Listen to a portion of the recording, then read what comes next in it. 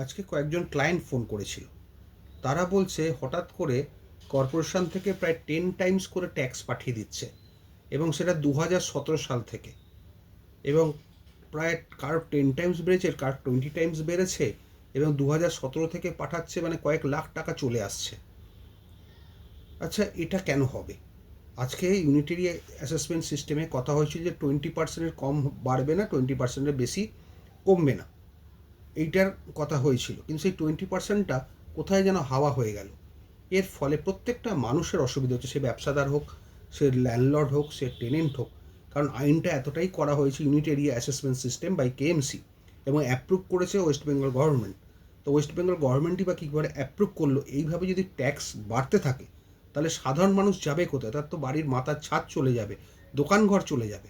আমার ক্লায়েন্টরা রিয়েলি খুব টেনশানে আছেন। তারা বলছেন যে এইসব ব্যাপারে কারোর কোনো মাথা ব্যথাই নেই, না সরকার পক্ষ না বিরোধী পক্ষ। তা সরকার এই ধরনের আইনটা পাস করালো কী করে?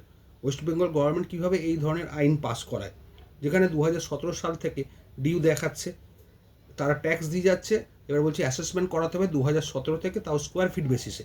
এক একটা এরিয়া এক এক রকম স্কোয়ার ফিট, এবং ট্যাক্স কোনো মাথা মানে ধরা বাঁধা নেই। কারোর 30 টাইমস বাড়ছে, কারোর 10 টাইমস, কারোর 100 টাইমস, কারোর 200 টাইমস। প্রচুর ক্লায়েন্ট ফোন করছে। তা আশা করি সরকার বাহাদুর এদিকটায় দেখবেন। আর বিরোধী পক্ষ কি করে? তাদেরও তো একটা ইস্যুর দরকার, তারা তো এটাকে ইস্যু করছে না। মানে আসল ইস্যুগুলো বাদ দিয়ে চলে যাচ্ছে। এটাও তো একটা ইস্যু, সাধারণ মানুষের মাথার উপর থেকে ছাদ চলে যাচ্ছে, তাদের দোকানঘর চলে যাবে। আর যদি কর্পোরেশন এসে তালা দিয়ে যায়, কি দেখবে? সবাইকার পক্ষে কি হাইকোর্টে যাওয়া সম্ভব? আর এটা এমনই আইন করেছে যে সকলে হাইকোর্টে যেতেও পারবে না, টোটাল টাকাটা জমা দিয়ে ট্রাইব্যুনালে অ্যাপিল করতে হবে। এতগুলো টাকা কার কাছে আছে? এই ব্যাপারে না সরকার পক্ষ না বিরোধী পক্ষ, সবাই নিশ্চুপ। সাধারণ মধ্যবিত্ত মানুষ, সাধারণ খেটে খাওয়া মানুষ, যাদের মাথায় এক চিলতে ছাদ আছে বা একটা দোকানঘর আছে, তারা আজকে মরে যাচ্ছে। অথচ কারোর কোনো মাথা ব্যথা নেই। এটা নিয়ে কোনো ইস্যুই নয়। সাধারণ মানুষের জন্য আহ্বান করব, সরকার বিরোধী পক্ষ সবাই এগিয়ে আসুন, যাতে সাধারণ মানুষের বাঁচতে পারেন। এই ধরনের অমানবিক ট্যাক্স প্রত্যাহার করা হোক। এই ধরনের অযৌক্তিক ট্যাক্স বৈজ্ঞানিক ভিত্তির নাম করে ভুলভাবে ট্যাক্স ইম্পোজ করা হচ্ছে 2017 সাল থেকে। যারা রেগুলার দিয়ে যাচ্ছে তাদের ক্ষেত্রেও তাই। আর এত ট্যাক্সের পরিমাণ সাধারণ মানুষ দিতে পারবে না। আজকে আমরা অন্যদের দিকে আঙুল তুলি, তারা জিনিসের দাম বাড়াচ্ছে, গ্যাসের দাম বাড়াচ্ছে, অথচ সাধারণ মানুষের যে ট্যাক্সের বোঝাটা চাপছে, sponsored approved by the West Bengal government, সেটা নিয়ে কেউ কিছু বলছে না।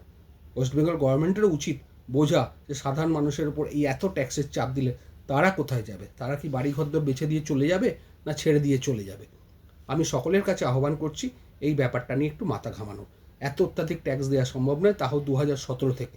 যবে থেকে ট্যাক্স অ্যাসেস হবে তবে থেকে করা হোক। আর ইউনিটারি অ্যাসেসমেন্টের নাম করে এই অত্যাচার মধ্যবিত্তের ওপরে বন্ধ হোক। ভালো থাকবেন সবাই।